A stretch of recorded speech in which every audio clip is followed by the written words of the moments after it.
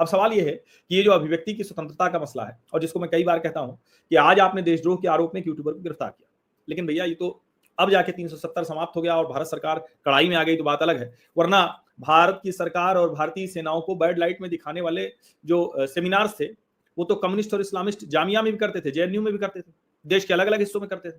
भारत के पत्रकार, बुद्धिजीवी और यहाँ तक कि कुछ नेता भी उस तरह के, वो तो पाकिस्तान के कराची से लेकर बैंकॉक तक जाते थे। जिन्ना इंस्टीट्यूट क्या क्या करता था ये सबको पता है। लंदन जाते थे, दुनिया के दूसरे देशों में जाते थे। अच्छा, ये ऐसी चीज है जैसे कोई भी व्यक्ति जो जर्नलिस्ट है, एकेडमिक है, वो जगहों पर जाता ही है, डिबेट, सेमिनार, ये सब तो जरूरी चीजें हैं। अब उसी में अगर वो देशद्रोही हरकतें कर रहा है, अभिव्यक्ति की स्वतंत्रता की आड़ में लक्ष्मण रेखा पार कर जा रहा है, तो उसे तय करना किसका अधिकार है?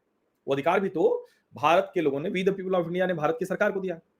ठीक है, ये सरकार बहुत कुछ कर रही है। कमाल की बात यह है, कांग्रेस तो अपने आप को उदार दिखाने के चक्कर में जो उस वक्त उसको करना चाहिए था वो नहीं किया। भारत की सरकार पर जब हमला होता था तब तो कांग्रेस की सरकार थी, लेकिन फिर भी नहीं किया।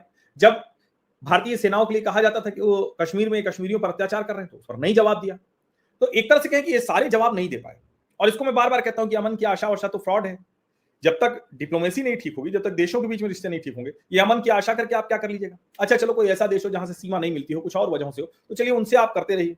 लेकिन जिससे देश मिला हुआ है, जो हमारे देश से कट कर गया है, जो इस्लामिक बुनियाद पर बना, कहने को इस्लामिक रिपब्लिक है लेकिन है तो वो कट्टर इस्लामिक मुल्क, वहां से कैसे रिश्ते बना पाएंगे? वो तो तभी बन पाएंगे जब वहां की वो सोच समाप्त हो, जब वहां का आतंकवाद समाज हो।